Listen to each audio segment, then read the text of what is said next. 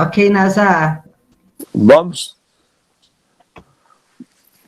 Bom, nós estamos trabalhando a questão da situação analítica e nós vamos introduzir a questão da temporalidade do inconsciente, isso que Lacan vai abordar como tempo lógico,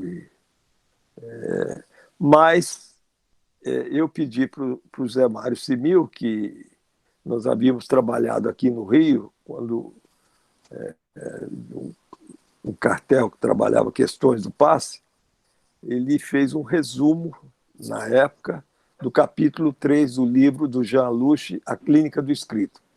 E esse capítulo ele é interessante porque o autor vai trabalhar um exemplo eminentemente clínico. É um livro todo sobre clínica. Ele vai trabalhar um exemplo clínico a partir de uma questão dele próprio, que ele não diz isso no texto, no livro, sobre essa nova sintaxe, quer dizer, esse novo texto, isso que emerge do trabalho do inconsciente. O sujeito, um trabalho de análise, ele ao falar, ele se vê ultrapassado pelo que ele está dizendo. E surge, então, a partir das letras, da questão das letras do inconsciente, essa questão do escrito. Então, eu passo a palavra para o Zé Mário Simil, e é interessante, porque é em cima de um sonho, mas um sonho lindo. Um sonho lindo, o capítulo todo, e ele introduz, que foi amplamente aceito e desenvolvido por Lacan, o conceito de transliteração, que o inconsciente translitera. Então, vamos lá, José Mário? Vamos lá. Eu vou tentar compartilhar aqui, tá? Na tela o texto, tá bom? Só um minutinho.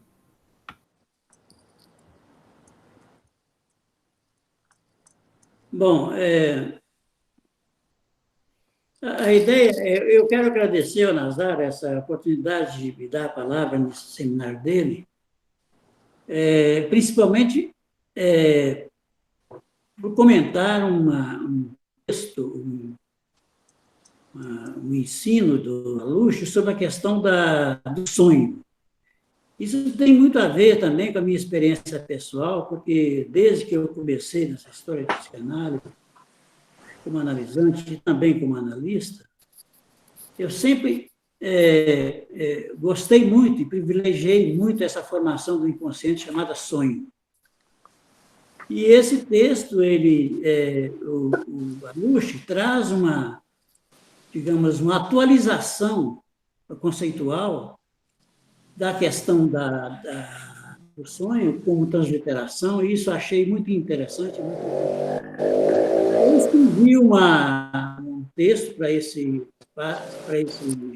que nós já falou, e aqui eu comento esse texto, quer dizer, eu comento o meu próprio texto, mas, de toda forma, eu quero só ressaltar que se trata, o meu interesse em fazer isso, é porque eu sou muito preso à questão, não é nem a questão de prisão, mas é uma questão de investimento na questão da clínica. Eu acho que a teoria lacaniana ela precisa ser filtrada de alguma maneira para a clínica, para que as pessoas possam compreender mais de perto na experiência de cada um. E a experiência do sonho ela é interessante porque ela é de todos nós, seja na análise, seja fora da análise. Todo mundo sonha, toda noite. Então, quando se fala do sonho, é possível fazer um diálogo com as pessoas que estão escutando um texto desse, porque elas sabem o que é um sonho. Elas experimentam toda noite. Muitas pessoas não lembram, mas nós sonhamos todas as noites. Então, iniciando o texto, a ideia é resumir as anotações efetuadas sobre os capítulos do livro do Jean Luch, letra a letra, que o Nazar publicou também com a Clínica do Espírito, a segunda edição da Companhia Freud, que tratam da descrição dos diversos modos de relação com a autoridade, que constitui, para Luce, o que ele chama da experiência clínica da psicanálise. E essa experiência clínica é concebida como uma nova maneira de recolher o testemunho da clínica, isto é, aquilo que o analisante fala numa análise.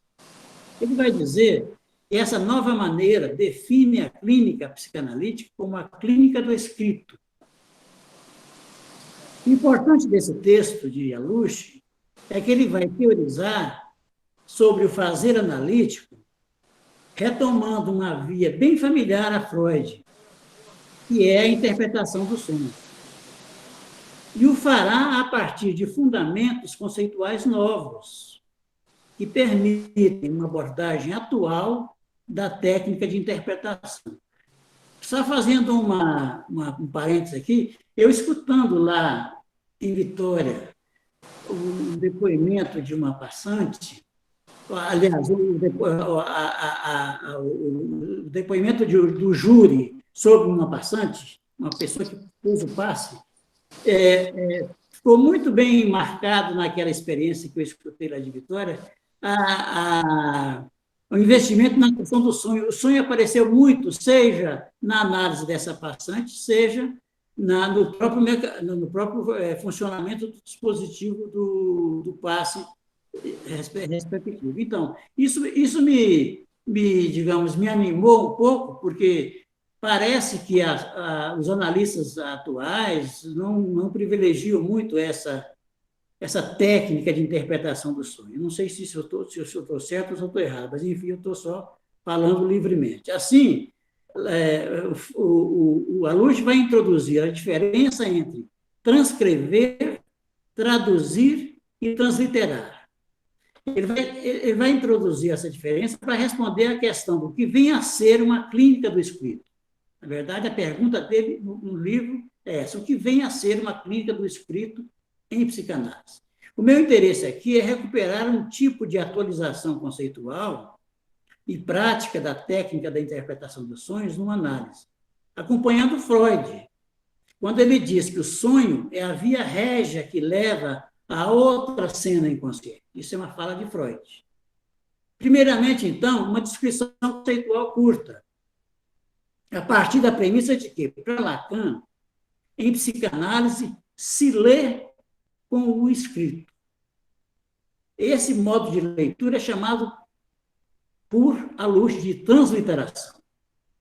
Uma operação simbólica que, por sua vez, é sempre articulada a duas outras formas de leitura, que são a tradução, que é um registro imaginário que escreve regulando o escrito pelo sentido das palavras, e a transcrição, que é uma operação real que escreve regulando o escrito pelo som, pela sonoridade do significante. Temos, então, 3 formas de conceber os mecanismos de registro do escrito analítico. E a questão é colocada de como essas 3 formas se articulam. Né? O autor, então, vai ilustrar essa articulação com o exemplo da análise de um sonho dele. Primeiramente, eu quero fazer um comentário livre sobre o fenômeno do sonho como paradigma de uma formação do inconsciente. Sabemos como Freud chegou a isso quando, na escuta de seus analisantes e no seu próprio movimento reflexivo, na fase pré-psicanalítica dita de autoanálise, ele descobre que os sonhos comparecem se imiscuindo, se misturando nos testemunhos do sujeito. Então, o sujeito que vem para a análise, ele começa a falar da vida dele e, de repente, ele conta um sonho. É essa que a descoberta, a sacada que Freud teve, que o sonho tinha um sentido, tinha uma significação. Ele era uma forma de dizer, digamos. O seu livro clássico, publicado em 1900, o famoso Interpretação dos Sonhos, que em alemão é Traumdeutung, é o texto inaugural de sua doutrina. E é nele que estão contidos vários fundamentos do funcionamento psíquico a partir da descoberta ou invenção da outra cena chamada, então, inconsciente. Freud descreve o funcionamento dos mecanismos inconscientes principalmente a partir dessa cena, que nos é tão familiar todas as noites, chamada dramatização onírica. Ele chama isso de dramatização onírica. O sonho é a primeira formação do inconsciente cujos mecanismos Freud descreve. Fazendo uma distinção, Freud, entre conteúdo manifesto e pensamentos oníricos latentes, ele vai dizer que o conteúdo manifesto dos sonhos vai consistir em situações pictóricas de cunho principalmente visual. Nós sabemos disso, nós que sonhamos, é tudo visual. Às vezes tem palavras, às vezes tem sentenças, tem interjeições e tem angústia, mas principalmente é uma cena, é como se passasse um filme à noite para nós que estamos sonhando. Já os pensamentos oníricos são submetidos a um tratamento que os torne apropriados a uma representação desse tipo, levantando a questão, como diz Freud, de representatividade no conteúdo do sonho. Freud vai chamar de elaboração onírica ao tratamento dado ao material psíquico dos pensamentos oníricos, os quais são percebidos como situações que possuem um tema visual. Então, é uma atualização, é uma dramatização naquele momento que você está sonhando, daquilo que vem como pensamento onírico inconsciente, pensamentos oníricos latentes, que ele chama. Ele descreverá como condensação e deslocamento os operadores dessa elaboração, que, como tal, poderá ser compreendida como um mecanismo de construção de um texto. O Aluche, por sua vez, pergunta: o que é ler um sonho, já que ele é um texto?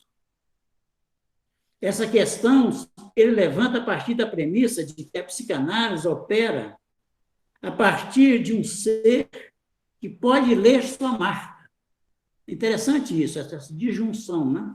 Um ser que pode ler sua marca. Ele sonha, ele marca alguma coisa ali, mas pode ler essa marca. Ele pode, por exemplo, relatar esse sonho para alguém. E geralmente se relata, seja no cotidiano da vida de todos nós, seja numa análise onde ele já tem um objetivo específico, já está configurado pelo setting analítico numa dimensão de deciframento do inconsciente, no sentido do desejo do inconsciente. Né?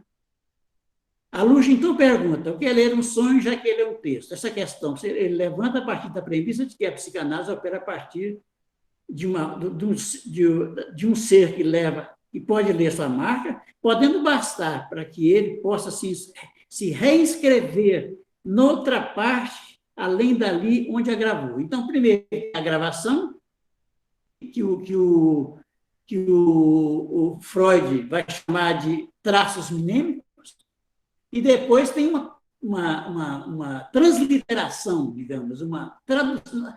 Porque é importante que o Aluche está trazendo aqui 3 conceitos: tradução, transliteração e transcrição.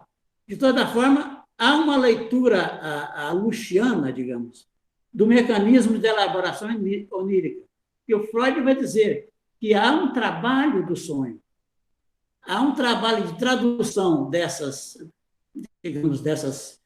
cena onírica, dessa dramatização, que muitas vezes prenhe, cheia de angústia, há um trabalho de tradução disso aí para um texto. Na verdade, o que o analisante leva para a análise, e o sonho é sempre, numa análise, conduzido para ser relatado para o analista, né? Isso tem a ver com a questão da transferência. Então, esse é o texto do sonho.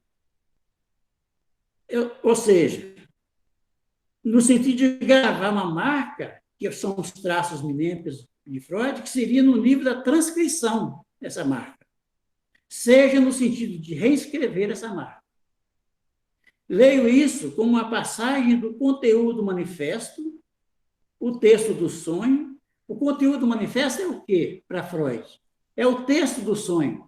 É essa historinha, às vezes sem pé nem cabeça, que é oferecida ao sujeito na experiência onírica e que ele leva à sessão de análise um enigma a ser decifrado.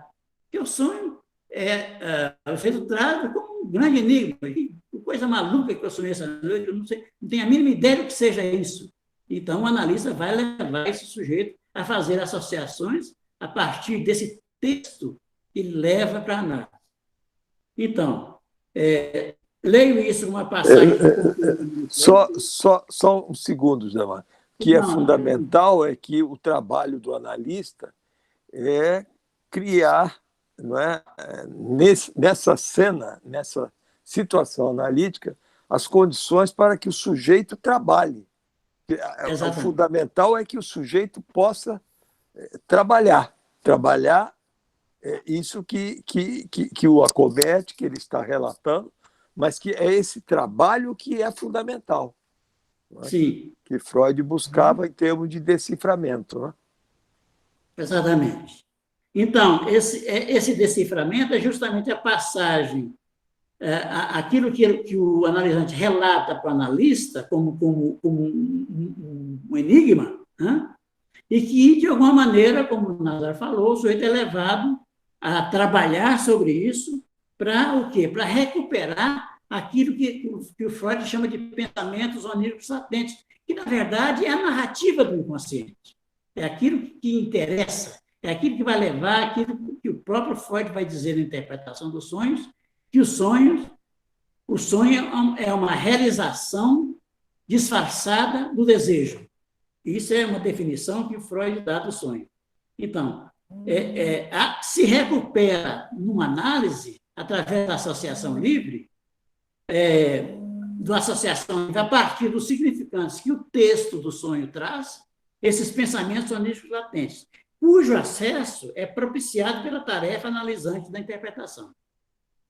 Ele vai fazer uma oposição entre o ciframento, que é uma forma de registro do sonho, do escrito, justamente esse ciframento é justamente aqueles traços mnemônicos que são cifrados através de imagens, né? E o Lacan vai dizer que essas imagens são significantizadas, são uma forma de apresentação do significante, fazer uma oposição entre esse ciframento, que é uma forma de registro, e o deciframento, que é justamente a leitura que se faz na análise, justamente que leva a série de associações que conduz a coisas surpreendentes, muitas vezes, para o analisante e também para o analista. Retomando a Luche, a partir das 3 formas de leitura que ele propõe, que não atua de forma isolada, ele vai fazer uma articulação entre a análise da sequência, incidente de véspera. O que ele vai chamar de incidente de véspera, o Jean Luche? É aquilo que Freud chamou de restos diurnos.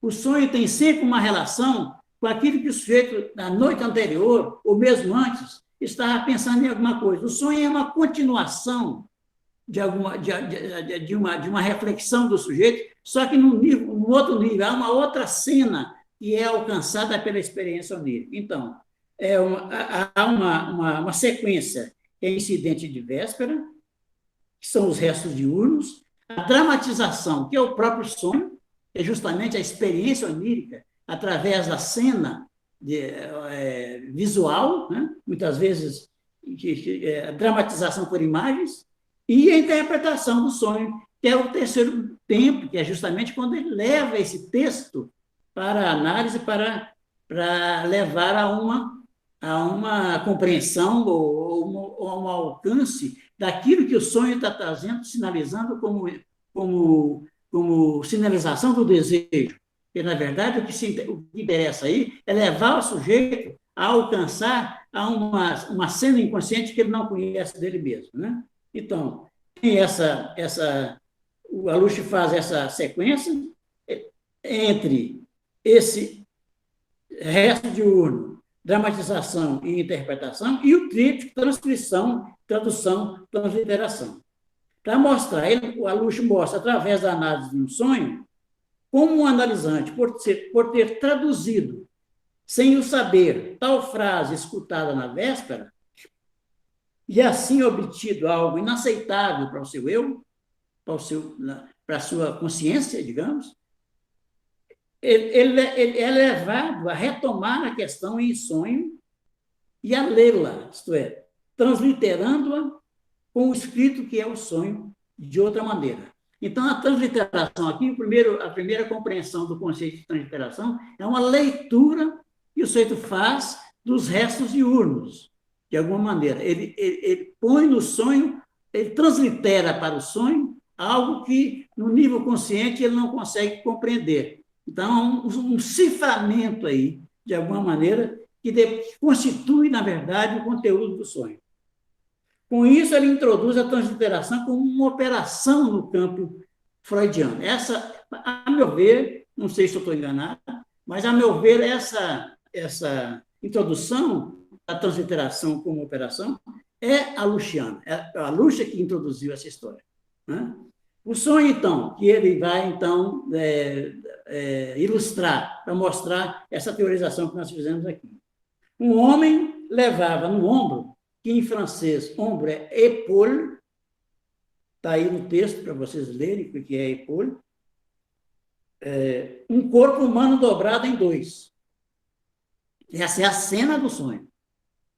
O sujeito leva no ombro, né, na épaule, um corpo humano dobrado em dois. De repente, esse corpo humano carregado aparecia como um peixe, que em francês se diz poisson. O sujeito lembrou do sonho, então esse foi o sonho, né? O sujeito com um corpo humano dobrado em dois, carregando no ombro, de repente não era mais um corpo humano, era um peixe, que em francês se diz poisson. O sujeito, então, no dia seguinte, leva isso para a mulher, no café da manhã, e conta para a mulher, durante a refeição, através de um xiste, porque ele se lembrou do sonho. O xiste que ele contou para a mulher, no café da manhã, o fez recordar do sonho. Ele não tinha lembrado, falou, essa noite eu lembrei que eu estava com o corpo humano no meu ombro. O xiste qual foi? Ele relatou o texto do sonho para sua mulher através de um xiste que consistia em dizer que o poisson, o peixe do sonho, queria dizer seu peso. Se vocês pensarem, então, na questão da assonância aqui, que nós falamos da questão da transcrição, poisson, se você inverte os sons aí, som, pois, quer dizer, em francês, seu peso. Essa que é digamos, a elaboração que ele está fazendo da questão já é uma interpretação do sonho, né? E que, assim, ele carregava seu peso. Veja bem, de repente, ele está traduzindo, ele está traduzindo mesmo aqui, no sentido dele mesmo, né? Ele está dizendo que o sonho do cara que ele carregava no ombro é o peso dele. Porque a mulher tinha dito para ele, você está engordando. E aí, então, ele contou esse xiste para ela e lembrou do sonho, né? Pelo menos... Tem a história da velha história, a velha piada, né? De, eu vou começar o regime na segunda-feira, né? Exatamente. Sempre na segunda. Então, o xiste, quer dizer, essa história que ele contou para a mulher, que deve ter rido lá no café da manhã, ele dizia à sua ouvinte, a ela, né, que o sonho havia cifrado algo inaceitável para ele, que era justamente o fato de ele estar engordando. Ele tomou esse comentário da mulher como uma castração imaginária. É isso que foi insuportável para ele nesse momento do diálogo com a mulher, e que ele, então, digamos, cifrou no sonho, como nós estamos tentando compreender aqui. Agora, os prolongamentos desse ciframento no divã. É claro que o divã aí não houve, porque é um sonho dele próprio, ele está analisando o próprio sonho, né?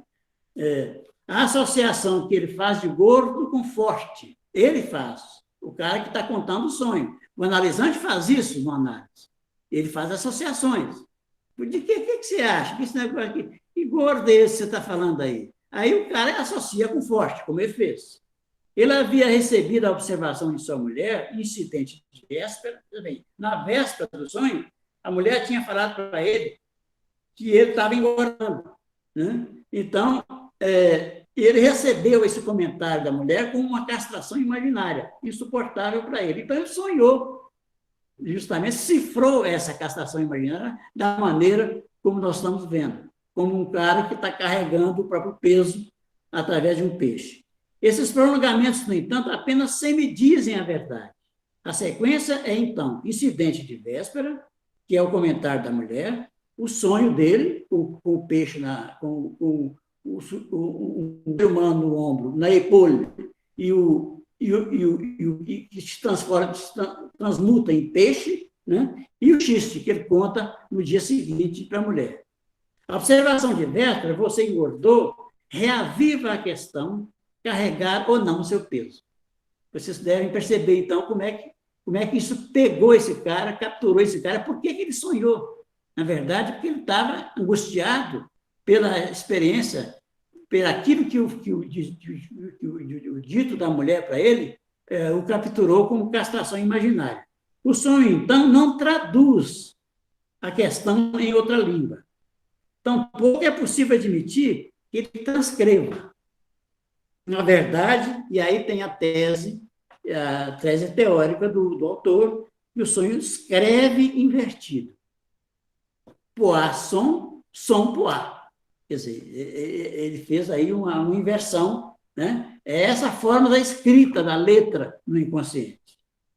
A imagem do peixe, poisson, escreve som-poá. Percebem como é que é isso, que é digamos, a sutileza do raciocínio dele.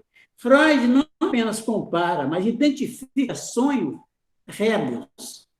Eu sempre fiquei muito intrigado com essa história do rebus.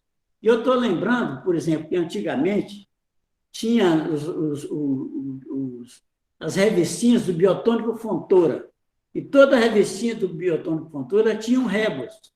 Eles contavam uma história através de imagens. E eu me lembrei de uma imagem de rebus que é, por exemplo, a palavra soldado, assim transcrita num rebus, é um sol, a imagem de um sol, e a imagem de um dado, aquele que a gente joga no jogo. Então, essas duas imagens falam, digamos, trazem o significante de soldado. Isso que é a ideia que o Freud recupera de forma genial na questão da experiência onírica, que nos leva longe, muitas vezes, numa análise, né? Quando a gente consegue entender justamente a importância disso na nossa experiência analítica. O sonho, para ele, é uma escrita por imagem. E eu dei o exemplo do soldado, né? Do sol com o dado. No caso apresentado, a imagem do peixe escreve o signo, o seu peso. O peixe escreve poisson.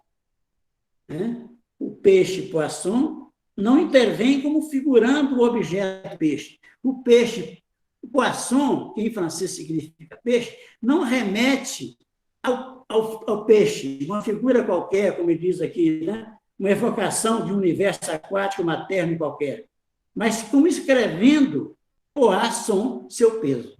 Isso é uma transliteração, de alguma maneira. Né? O peixe não é uma figuração do objeto peixe. Ele é colocado em relação ao peixe como significante no sentido lacaniano do termo. Isto é, como suscetível de significar outra coisa, além daquilo que o código lhe atribui a título de objeto. Isso é muito interessante, essa passagem que a Lúcia fala, porque é para compreender justamente a polissemia, a possibilidade de um significante levar a significações absolutamente inesperadas e surpreendentes, para o sujeito que fala, né? Daí essa história do deslocamento, a ideia de deslocamento em Freud, que às vezes um significante desloca de tal importância o valor de significação daquele significante digamos, que há aí uma transfiguração. O Freud fala que o sonho é uma realização disfarçada do desejo. Há um disfarce aí. E aí essa ideia do disfarce do sonho em Freud tem a ver com a questão do recalcamento. Quer dizer, nós somos falados por um discurso que nós não conhecemos, que está recalcado.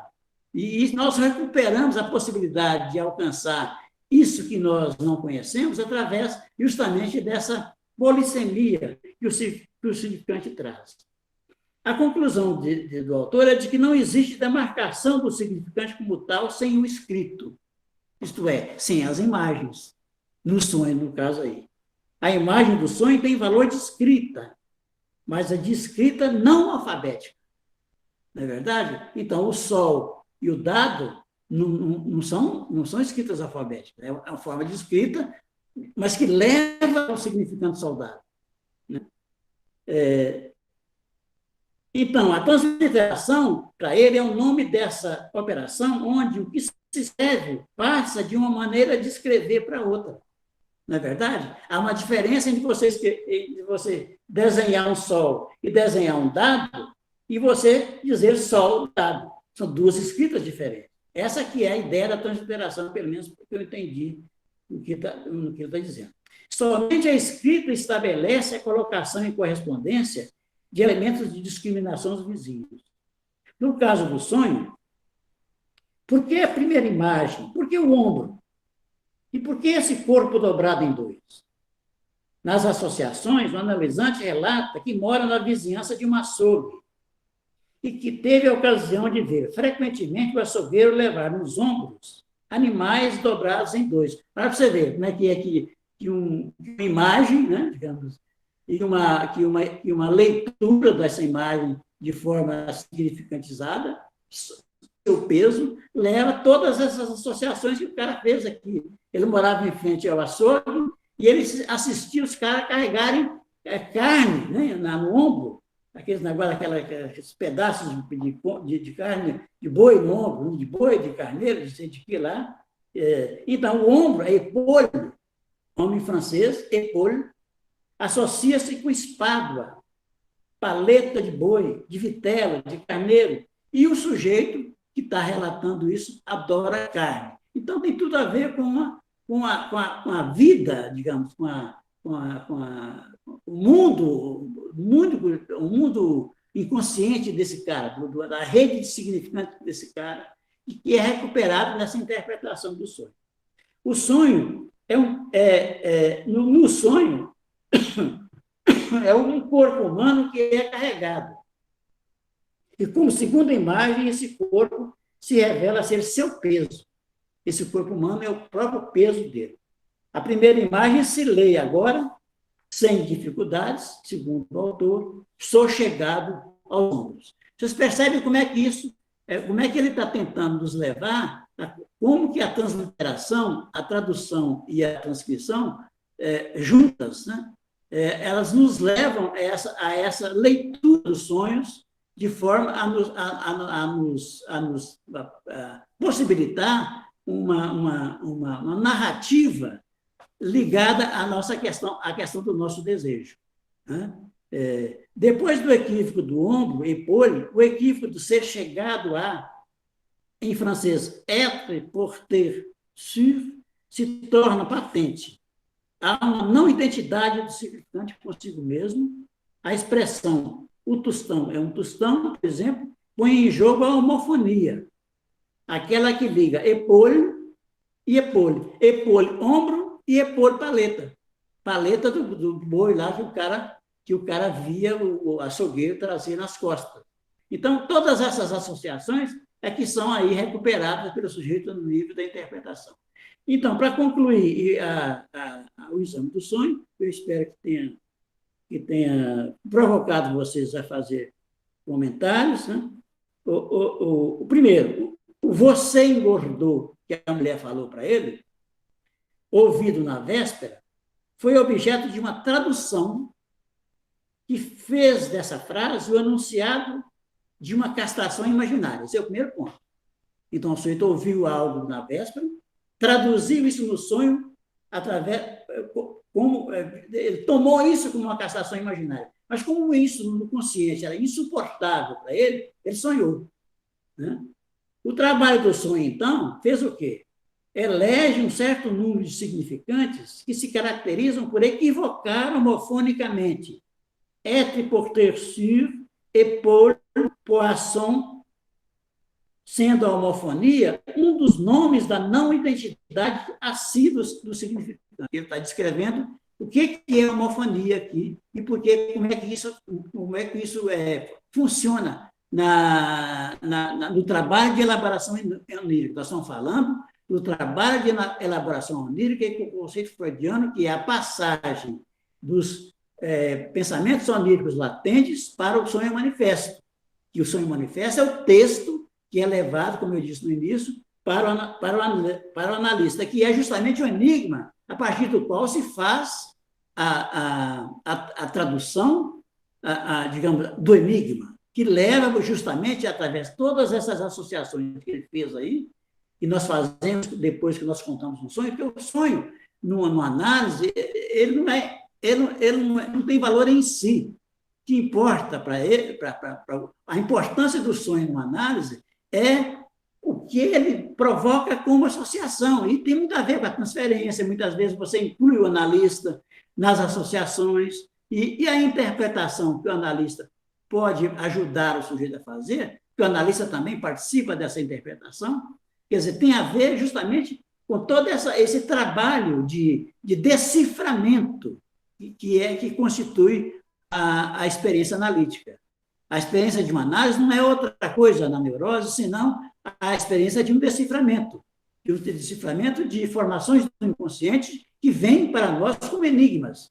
E que esse deciframento nos leva, evidentemente, a essa outra cena do inconsciente, que é a questão do desejo.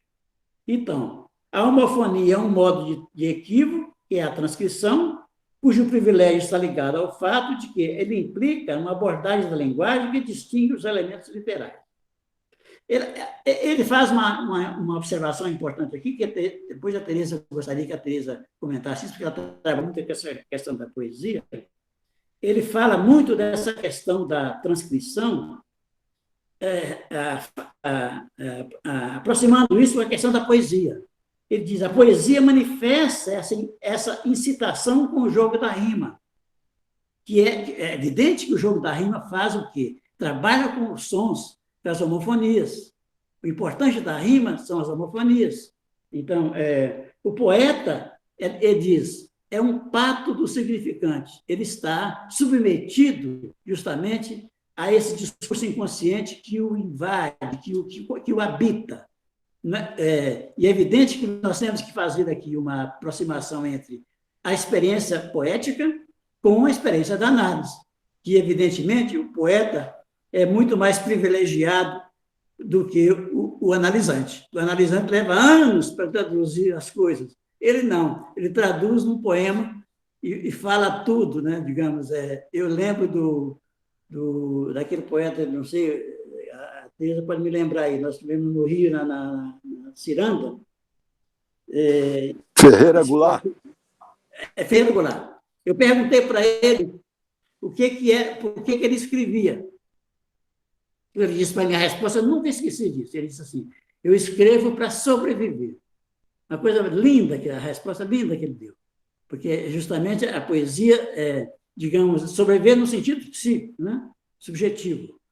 No sentido de que aquilo que o poeta experimenta e nos transmite, nós que fazemos análise, conseguimos aproximar deles de uma forma muito mais trabalhosa do que eles.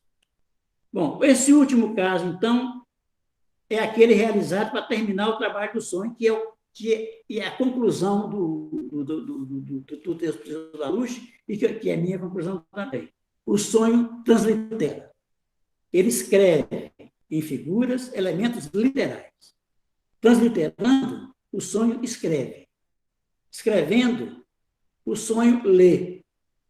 Lê o que na véspera não pôde ser lido, porque tinha ali a angústia do recalcamento que não possibilitava que o sujeito lesse o que o angustiou com o comentário da mulher dele quando ele disse: você engordou. Ele tomou isso como uma castração imaginária, como nós vimos. Então, o sonho cifra. E é esse ciframento que é o equivalente da transliteração. Essa é a conclusão dele, e eu fico por aqui. Um abraço para vocês. Então, vamos para o Nazário. E esse peso, né, que ele não pôde suportar, que você diz que ele responde com uma angústia, castração, é o peso da vida, né? É a questão da morte. Sim. E do supereu. Então, do supereu. Né? Tem a questão do supereu que retorna lá naquele livro dele, acho que não foi esse, é um outro, que ele fala da morte da filha. Uhum. O luto. A erótica do luto Erótica no tempo do luto, da morte exatamente. seca. Da morte seca. Exatamente, que ele vai falar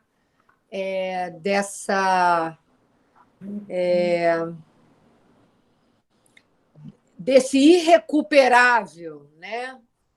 De um pai que, de certo modo, se implica na morte precoce dessa filha, né? Que eu acho que tem a ver com a questão do supereu, que também outra maneira de ler isso que ele mesmo diz, né? Que a mulher teria dito: você engordou, e esse significante poisson, son poids também pode ser entendido como peso, seu peso, o peso do sintoma, o Sim. peso, né? O peso da vida. O peso da vida, o peso da presença do supereu, da crítica, do peso mesmo do supereu. Né? Engraçado, porque quando você estava me refrescando a memória desse texto, desse livro que eu gosto muito, imediatamente eu fiz essa associação, quer dizer, não é só o seu peso, ou melhor, seu peso, para além do peso físico, é o peso da sua existência, é o peso da morte, que seja, do supereu. Né? Mas, Simil, você me fez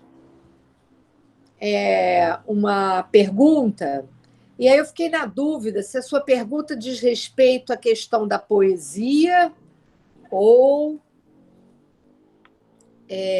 da própria questão da transliteração. Eu não entendi direito o que você... A minha pergunta é sobre a questão da poesia, aquilo que o poeta faz e que tem equivalência com o que o analista faz. Não que o analista, que uma análise faz. Que uma análise faz, sim. Uma análise faz. Porque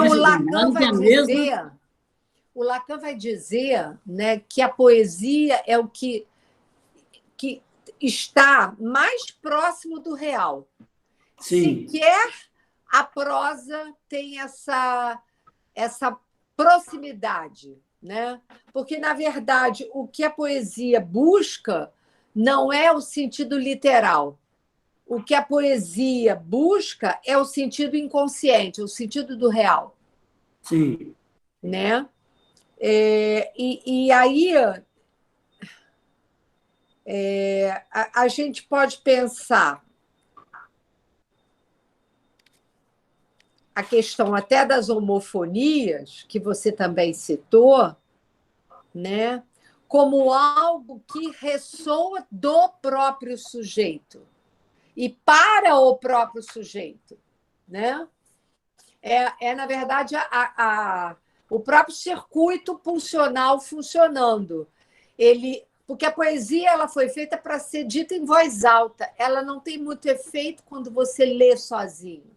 O efeito de uma boa poesia é quando você lê em voz alta.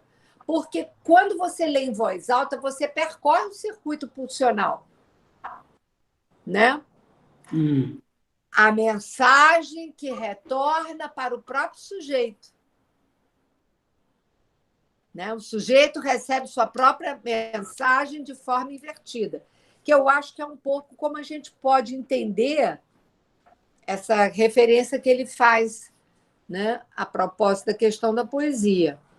E aqui, Tereza, ele aproxima essa questão da poesia com a transcrição, porque a transcrição tem a ver com os sons.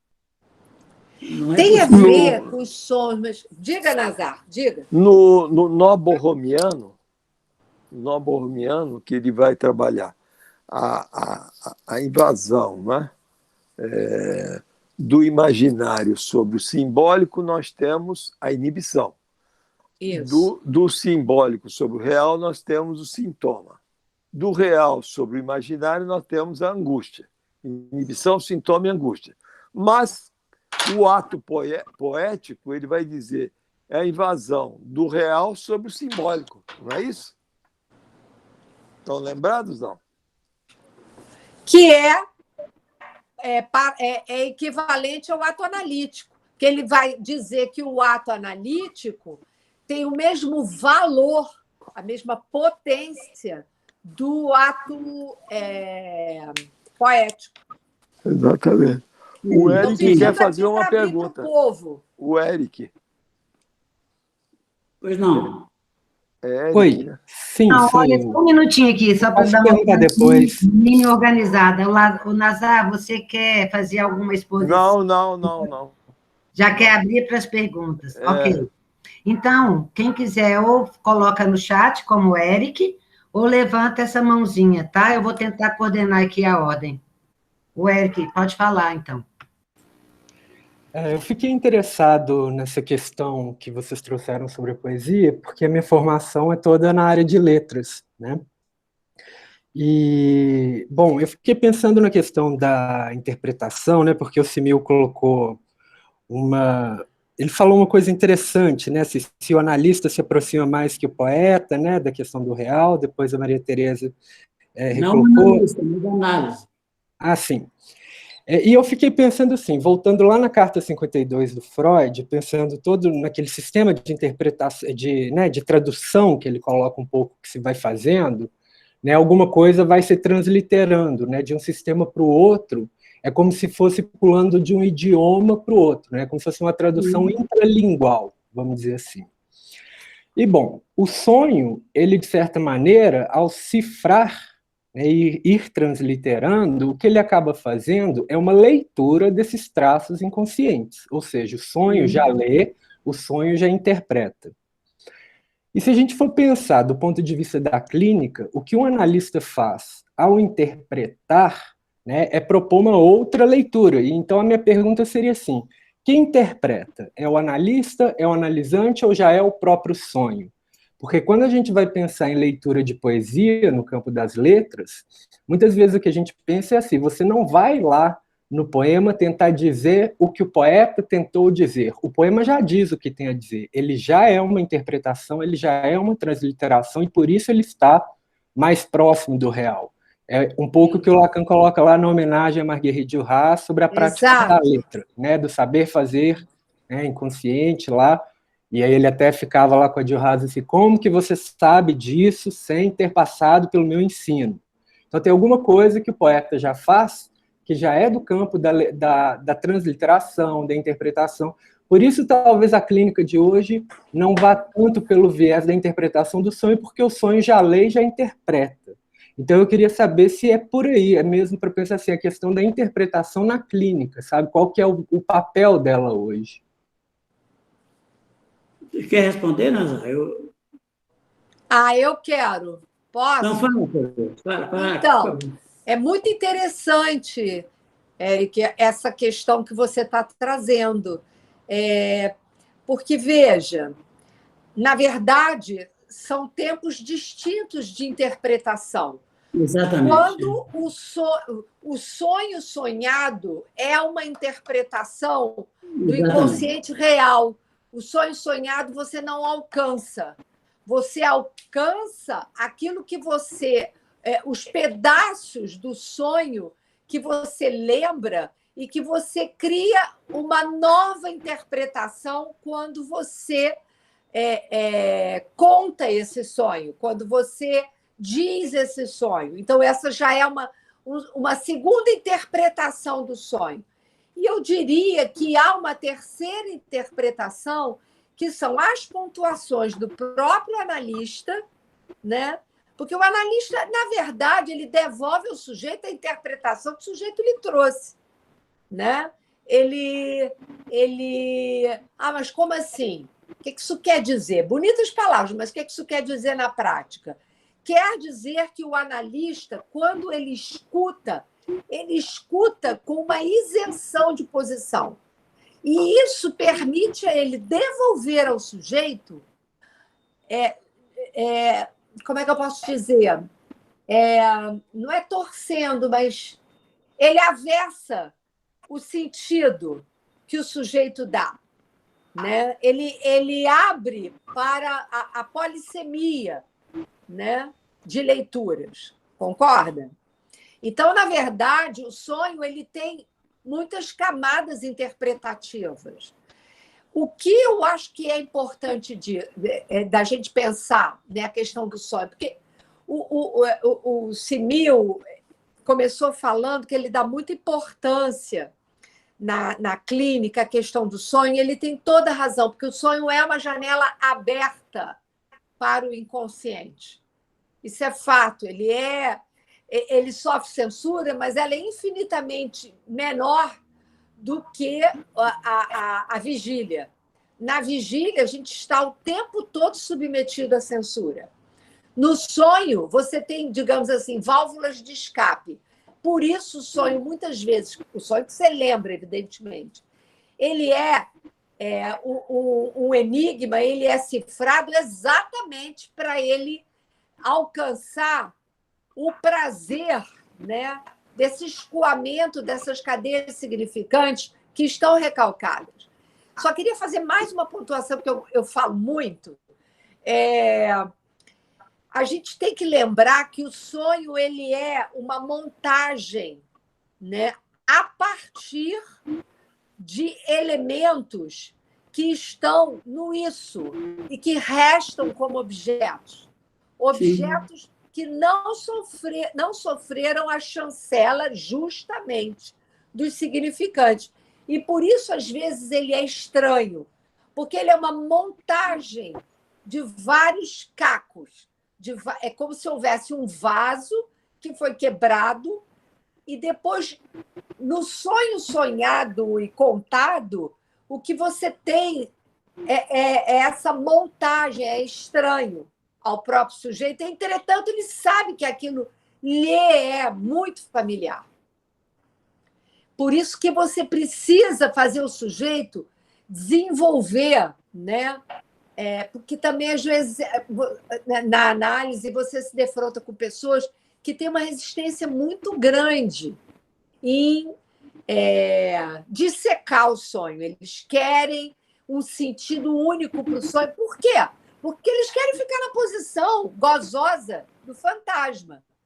O sonho ele é abertura para o inconsciente, portanto, ele é o mais próximo, sem que você tenha chegado ao final da análise, o mais próximo que você pode alcançar da margem de liberdade do sujeito em relação ao desejo. Por isso, o sonho é a realização de desejo, que tanto a gente escuta. Falei muito. Eu queria acrescentar uma coisa aí que você falou, Tereza, para o Éric também, no diálogo com ele, que, para mim, há uma diferença entre a experiência onírica e o relato do sonho. São dois tempos. Sim. Dois tempos, dois momentos. E nessa passagem de um para o outro, já há aí uma interpretação. Sim, com certeza. O texto do sonho, aquele que você leva para o analista, aquele enigma, aquele coisa de sem pé nem cabeça, pô, foi esquisita que eu sonhei essa noite, você não sabe o que é isso. Agora, nesse momento, sobre esse material, digamos, que já é uma interpretação que o trabalho onírico fez, o dispositivo analítico, por isso é que eu acho que o sonho só tem importância para Freud e para a psicanálise, enquanto levado na questão da transferência, enquanto levado para a análise. Porque o sonho na vida, ele não tem valor nenhum para as pessoas, eles contam o sonho e fica por isso mesmo. Enquanto que na análise, ele tem uma finalidade. Ele tem uma consequência. Exatamente. O Érico quer falar. Érico. Então fala, Valério. Boa noite a todos. Pegando o gancho dessa fala do Eric, né, que é quase o mesmo nome meu, eu gostaria de dizer que o próprio Freud, né, aos 70 anos, ele diz, uma frase que é: os poetas e filósofos descobriram antes de mim o inconsciente. O que eu descobri foi o método científico pelo qual o inconsciente pode ser estudado. Ou seja, a importância que ele dá à poesia, né? E nós, enquanto psicanalistas, a gente sempre ouve aquilo que o nosso paciente nos traz como uma forma de poesia também, e devolve com esse amor da poesia, né? Eu penso mais ou menos por aí, e a importância dos sonhos é muito grande, né? Em termos de analisar esse sonho, né? E essa resistência que as pessoas têm, como disse a Maria Tereza, essa resistência acho que vem daquele vício que as pessoas têm de sonhar com alguma coisa e já achar que pode jogar no bicho, né? Eles querem uma coisa imediata, né? Essa é a ideia. Obrigado. Nazar, tem uma pergunta para você. Dentro desse contexto, né, aquele pedaço, né, do Freud que ele fala, aquele recorte, né, que ele faz uma diferença do empresário e o capitalista. Vai, Zé Mário. Essa aí eu... Empresário e capitalista?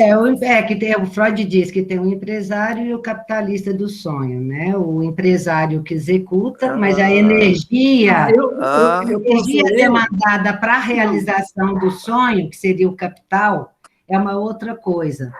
E achei que valeria a pena falar um pouco disso, né? Porque é muito importante numa interpretação, né? Entender o que existe eu não saberia falar diferente, mas se existe uma capitalização qualquer numa análise, seria justamente aquele tipo de trabalho, né, do qual você tira algo dele, né? Você investe, evidentemente, numa análise para ter resultados para você próprio na sua relação com a sua angústia, né? Então, agora, o empresário aí, a meu ver, é aquele que é o inconsciente.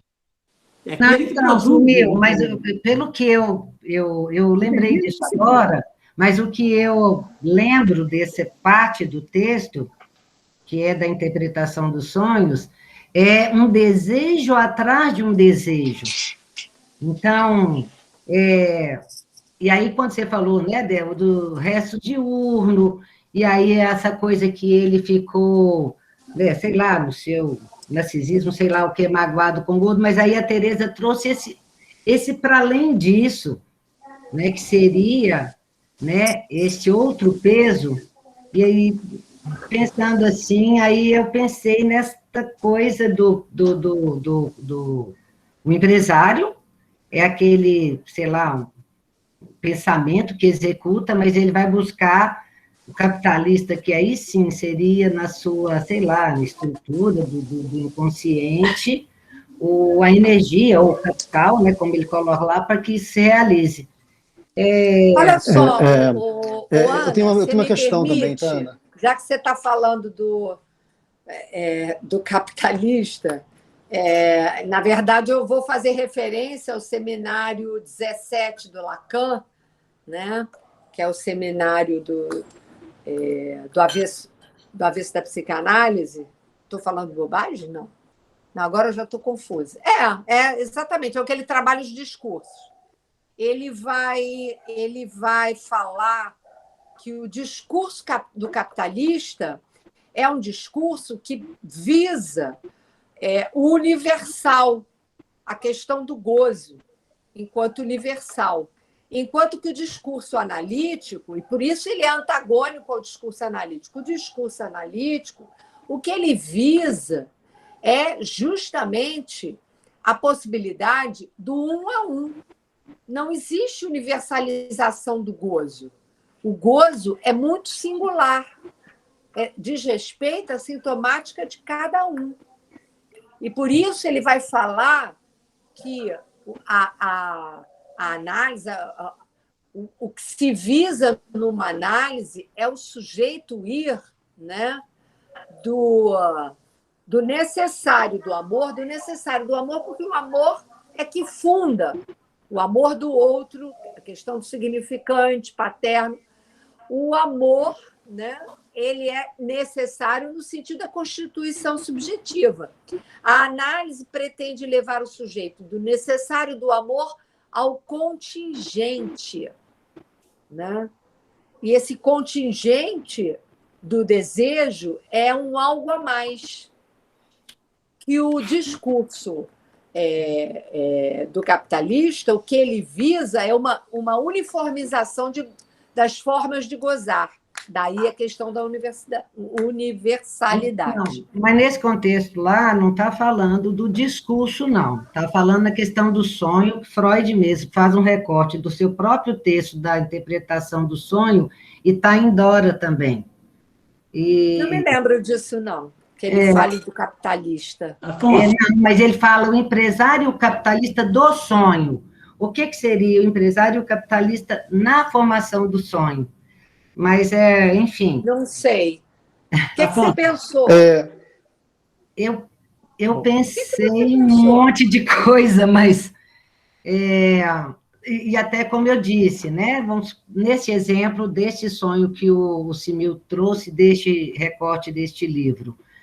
Então, num primeiro momento, seria essa questão dele ter ficado, né, no seu imaginário com essa questão do gordo. E depois você colocou, não, mas atrás disso tem uma censura entende? O sonho, como ele tem um viés, né, que seria esse empresário, seria, sei, no pensamento onírico que produz, mas atrás do pensamento onírico que produz, existe para além daquilo, que seria esse capital que é investido no sonho, que estaria num outro nível. Mas, assim, só porque falando agora as coisas, como o Simil falou, você falou, e eu lembrei dessa parte que eu achei interessante demais, porque Freud mesmo coloca isso em Dora, né? E depois Lacan coloca isso quando Lacan fala do texto da jovem homossexual também, que Freud não leu um desejo atrás do desejo. Mas, enfim, acho que não é o caso aqui. Vamos lá. Eu quero falar uma coisa rapidinho, posso? Bem, em relação à obra de arte, não é só em relação à poesia, em relação a qualquer obra de arte, há também um conteúdo manifesto e há um conteúdo latente. Evidentemente, eu concordo com a ideia de que o que o autor quis dizer está dito, está escrito, né? Mas o que o autor quis dizer varia também no tempo. Às vezes ele escreve a obra de arte, ele diz alguma coisa naquele momento, e depois, quando ele reflete sobre a obra de arte, ele vai entender que há muitas coisas ali que foram ditas e que não foram pensadas por ele quando foram ditas, foram simplesmente ditas. Então foi algo que disse nele. E eu estou agora pensando, isso acontece na poesia, isso acontece na obra em prosa, mas eu estou pensando em uma forma mais radical ainda de arte, que é a música, quando ela é pura abstração, não é? Antes da obra de arte, eu estou pensando, por exemplo, em um livro como A Metamorfose, de Kafka, deve ter uns 15 mil trabalhos de mestrado e doutorado sobre aquelas 60 páginas da Metamorfose que não dão conta de exauri-la, porque, na verdade, há a obra e há cada leitura sobre a obra. A outra coisa sobre a qual eu queria falar, na verdade, perguntar, é sobre qual é o conceito de isenção em psicanálise, que o psicanalista tem uma escuta isenta.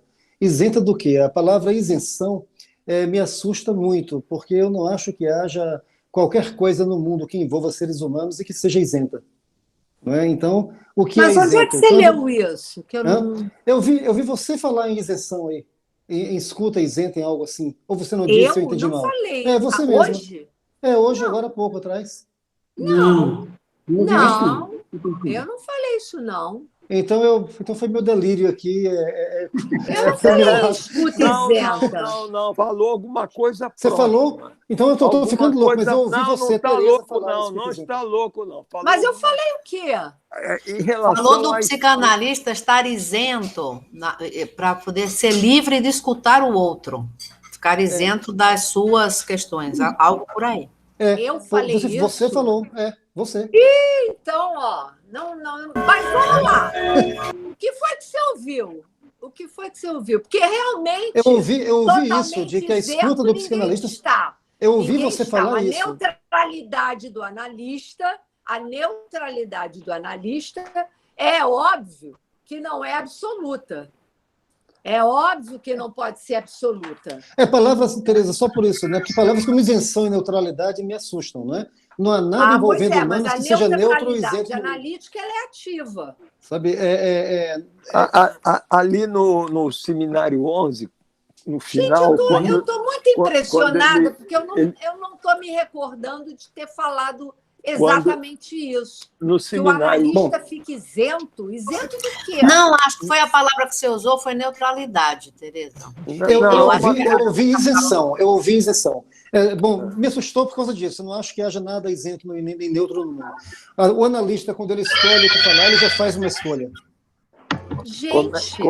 Veja bem. Que barulho. E essa escolha é uma via de mão dupla. Não é que não. Veja bem. No seminário 11, Lacan vai lançar ali um dos momentos que ele trabalha o desejo do psicanalista. Ele vai dizer: o desejo do psicanalista não é um desejo puro. Estão lembrados?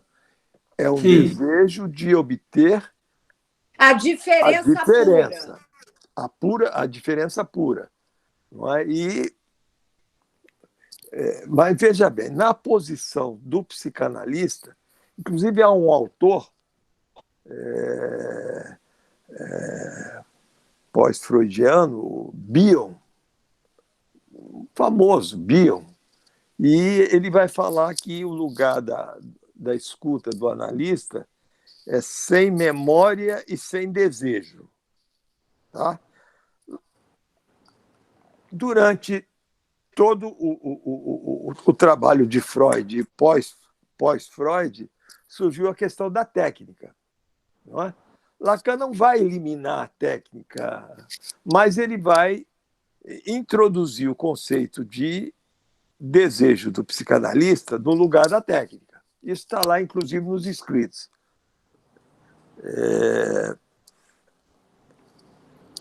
Há uma isenção. Porque se alguém que vem ocupar o lugar do analista, veja bem, o discurso do analista, o analista está na posição de mestre, mas enquanto objeto. Quer dizer, o objeto causa, ele causa.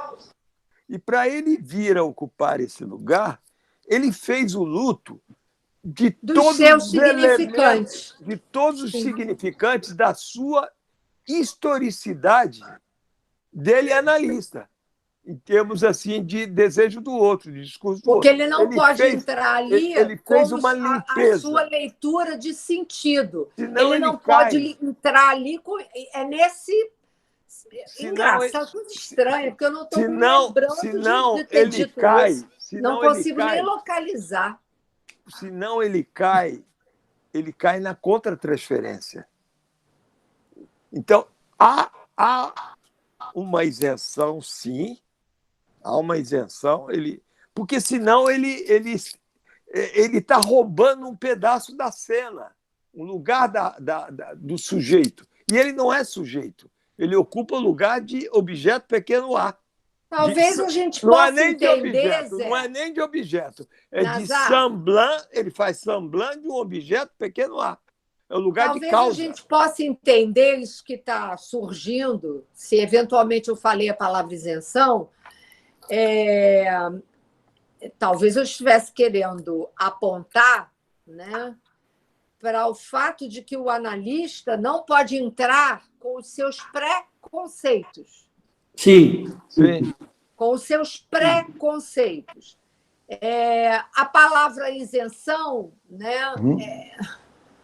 Porque é claro que se você está ali na escuta, é impossível, uma isenção absoluta não existe. Mas se você entra com os seus significantes, justamente você está invadindo a cena do outro. Não sei em que contexto que eu falei, eu estava comentando o que o Simil me perguntou a propósito da questão da poesia, né? Sim. Então, realmente, eu não sei bem. Bom, está foi gravado, nesse a gente sentido pode que eu ver toquei. depois. Não sei se Está gravado, mas eu mudo a minha questão para eu ouvi você dizer isso, ao invés de você disse isso. Tudo melhor. bem, mas não vejo problema nisso. Se eu disse, está dito. Pois é. Estou aqui explicando, eventualmente, o que eu teria querido dizer com isso. Né? Mas as palavras, é bom que se diga, as palavras traem a gente. A gente fala as coisas e, às vezes, a gente depois se dá conta de que não é bem isso, é outra coisa. Né? Ninguém tem um discurso tão bonitinho assim. Só se decorar o texto. Mas talvez, não sei se vai ajudar aí nessa discussão, a questão que talvez possa resolver isso aí é o conceito de semblant, né? Sim, semblant. Porque, na verdade, a isenção tem a ver com isso. Quer dizer, o analista faz semblant de objeto A. Ou seja, ele empresta o corpo para o sujeito vestir a roupa que ele quiser. Isso é isenção, no sentido de ele não deixar... E o Lacan fala isso na direção da cura. Quando ele fala que o analista não pode, e ele diz bem, muito claramente, a única coisa que o analista não pode fazer é passar a angústia dele com o analisante. E isso é isenção. Não passar a angústia dele com o analisante é uma coisa tão... Da próxima vez eu vou trabalhar a questão analista. Do desejo do analista e vamos ver isso, porque se há um campo onde o psicanalista que ocupa esse lugar é o lugar do desejo do psicanalista. E isso marca uma diferença radical em todos os outros campos. Não é? Tanto é que ele diz que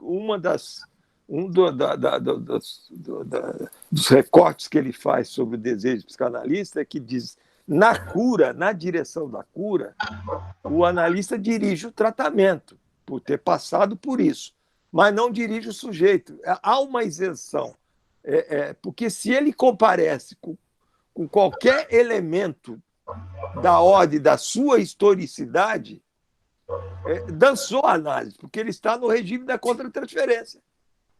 Sim. Vamos terminar por aqui? Olha, eu vou encerrar a gravação. Boa noite a todos. Muito obrigada. Boa noite. Bye, bye. Obrigado. Boa noite. Estaremos juntos de novo. Boa noite. Obrigado. Boa noite. Boa noite. Parabéns, Zé Mário. Obrigado.